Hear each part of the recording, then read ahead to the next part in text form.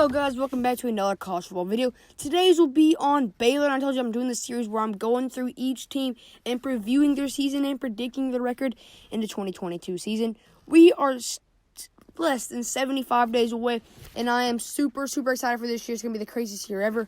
So go ahead and like, subscribe, and comment down below what you think of my predictions and what y'all think Baylor will be in 2022. And now let's kick off things with talking about their quarterback.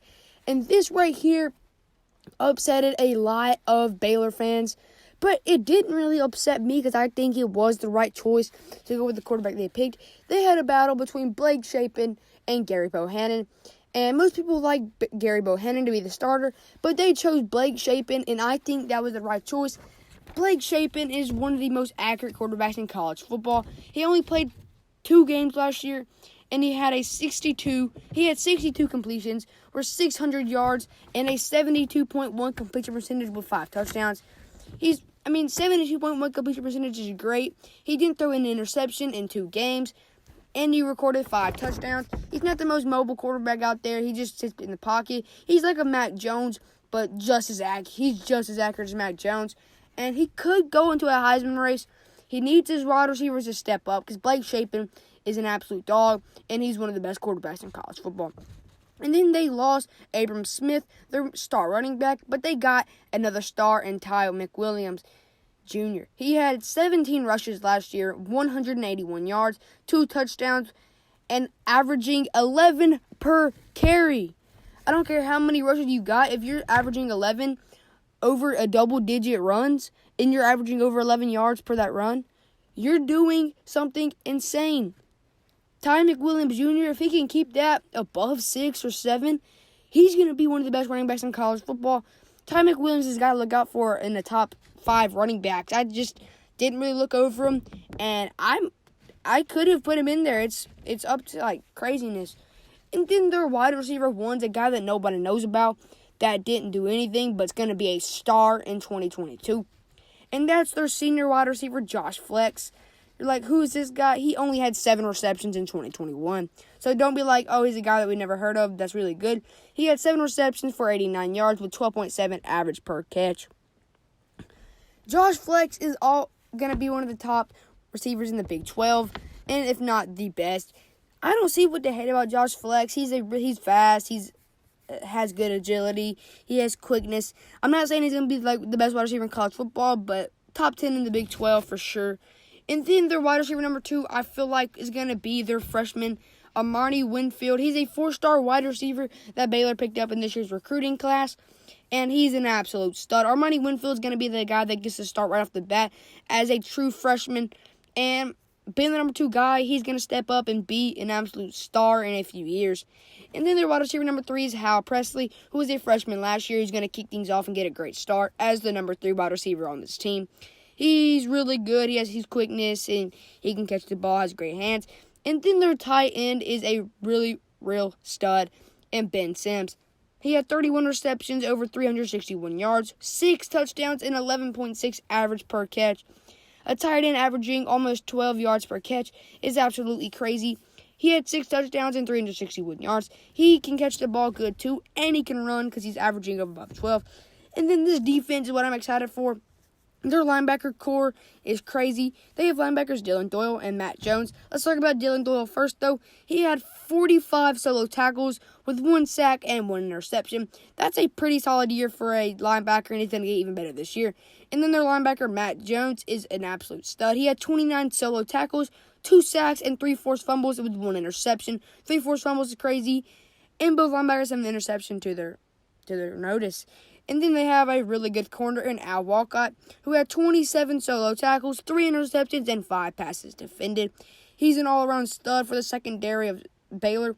And then the defensive line is crazy. They have a defensive lineman named T.J. Franklin, who had 13 solo tackles with 4 sacks and 1 forced fumble.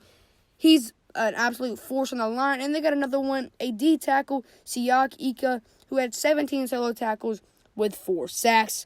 That's absolutely crazy.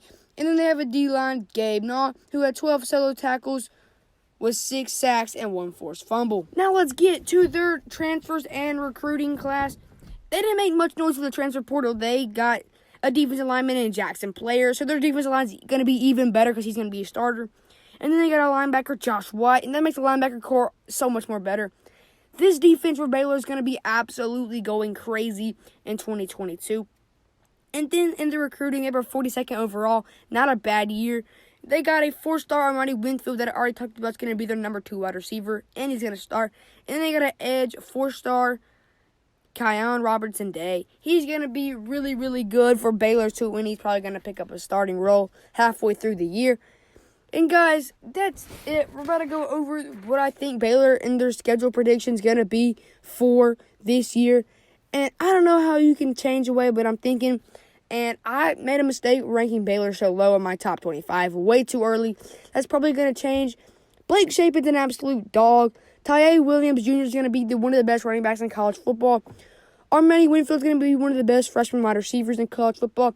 And the linebacker and defensive line core is going to be some of the best you'll see in the Big 12 play. And Baylor is going to do really, really well. And I can't see how you're hating on this Baylor team. I feel like it's going to be the best Baylor team we've seen in a few years since the year that they almost knocked off Oklahoma. And all those years where they were top 5 and made versus Georgia. And then let's go over the schedule. They start off with Albany on September 3rd. I think that's an easy win. It's at Albany, but they get the win. And now they're 1-0 heading to a probably ranked game, top 25 game against BYU. And since it's away, I am struggling with this one. But I think Baylor's all around better than BYU. I think Baylor's going to escape with a 3-point win over this team. So as of right now, Baylor's 2-0, and they head over to Texas State, and they beat Texas State at home. They're 3-0 versus another game that's probably going to be ranked, and that's Iowa State. I don't have much hype in Iowa State, and this is a away game. I think Baylor picks up a win, and Baylor is now 4-0. And then this is where I have Baylor slipping up at home. Oklahoma State is going to defeat Baylor, and Baylor is now 4-1. The 4-1 Baylor team goes away this time to West Virginia, and I think they pick up a win. As of right now, they're 5-1 going into Kansas. They're going to beat Kansas and Texas Tech. So now they're 7-1, and they're at Oklahoma, and I don't see them knocking off another upset. So they're 7-2 right now. They beat Kansas State and TCU, so now they're 9-2, and then they go on the road to versus Texas in one of the most hostile crowds, and I say they're going to pick up a major win and defeat ranked Texas at this point, and Baylor is going 10-2 this year. Not a college football playoff record, but I say Baylor is going to shock the world and be 10-2 this year, picking up major wins against BYU, Iowa State, West Virginia, and Texas. They slip up to Oklahoma and Oklahoma State. I say they could easily beat Oklahoma State, but I think Oklahoma State's going to get the win. And I don't know how you can't agree with my predictions. You might take away the BYU game, and they could go 9-3. But I see Baylor being 10-2, and that's my final predictions. I hope you enjoyed this video, guys. Let me know what you think about Baylor in 2022, and if you agree with my picks or you say that they should be higher or lower. And guys, I'm going to be doing more of these previews for the college football year. And soon, my real top 25 is coming out. July 1st, college football catch-ups with all my friends. I'll see y'all guys in the next one.